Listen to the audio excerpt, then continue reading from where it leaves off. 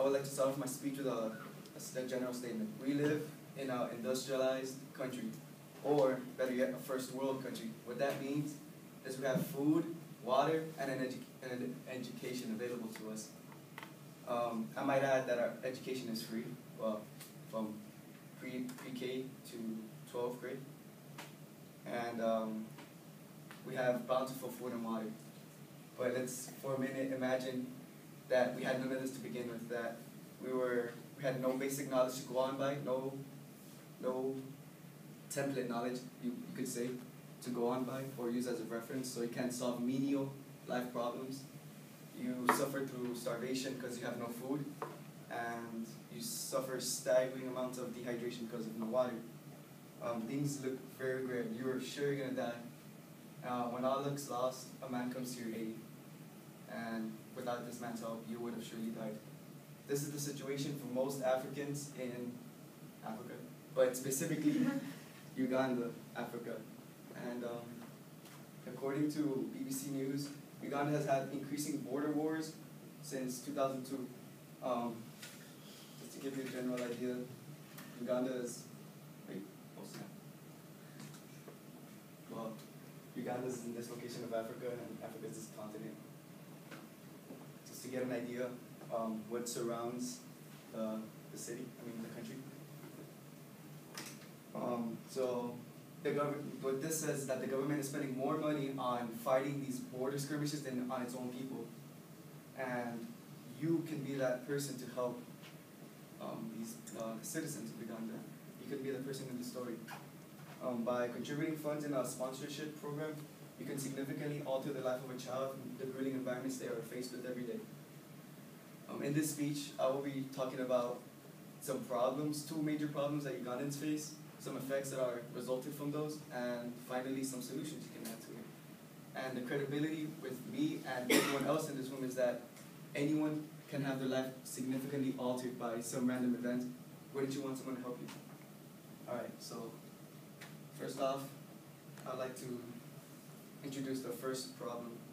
According to Compassion.org, a website that directs visitors to charity organizations, more than 140 million or 25% of all children living in developing countries are underweight and are at risk from long-term effects of malnourishment.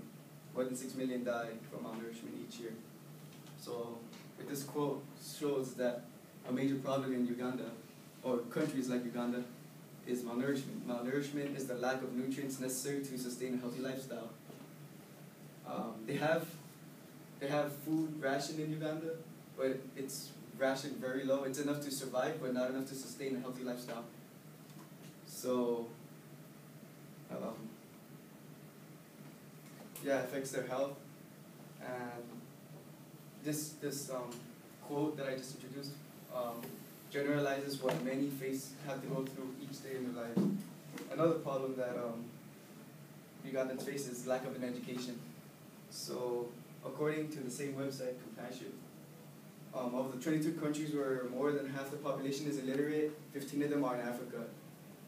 So that's a general statement of Africa being very lacking in an education system. So with no education, no basic life problems.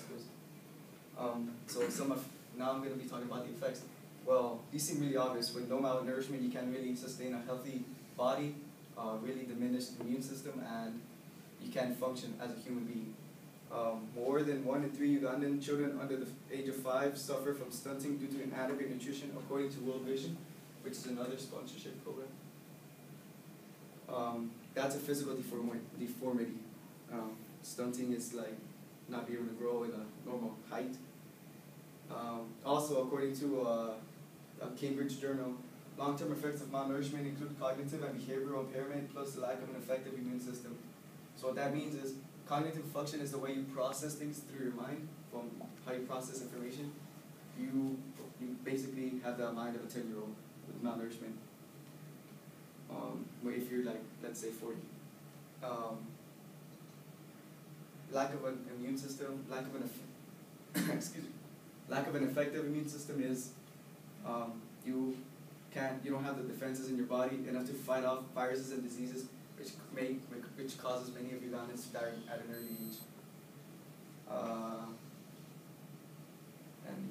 I'll be talking about some of the solutions you can help.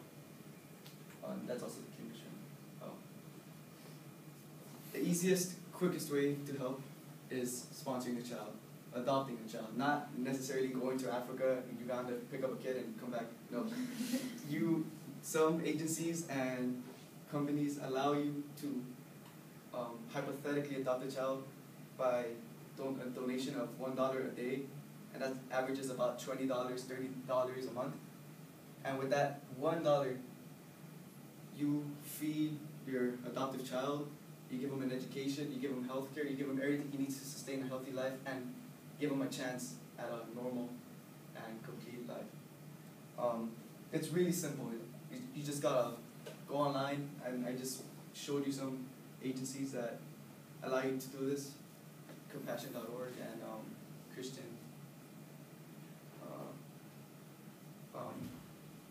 World Vision, a Christian humanitarian organization.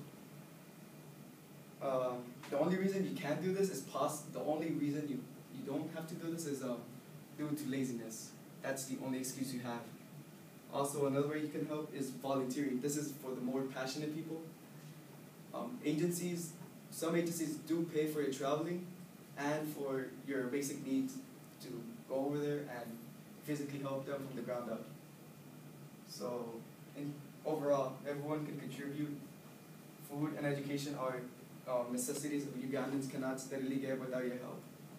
You can prevent young from developing life-threatening conditions of malnourishment. You can help them over the hurdles of an educationless background. Either donating time or money, you can make a difference. Any one of your lives can drastically change in the blink of an eye. Wouldn't you want someone to help you to get back on your feet? Be that person.